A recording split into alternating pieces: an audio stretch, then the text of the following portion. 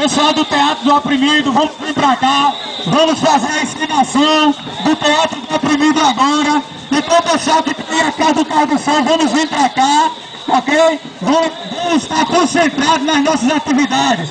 Vamos vir pra cá, pessoal. Atenção. É isso aí, ó. Vamos lá.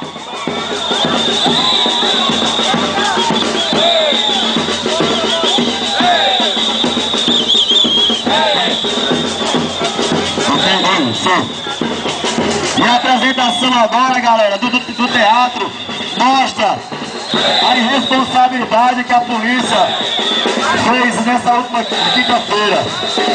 Está aqui, os 8 estudantes que foram agredidos, está aqui nesse momento de resistência, nesse momento que não vai calar sua voz.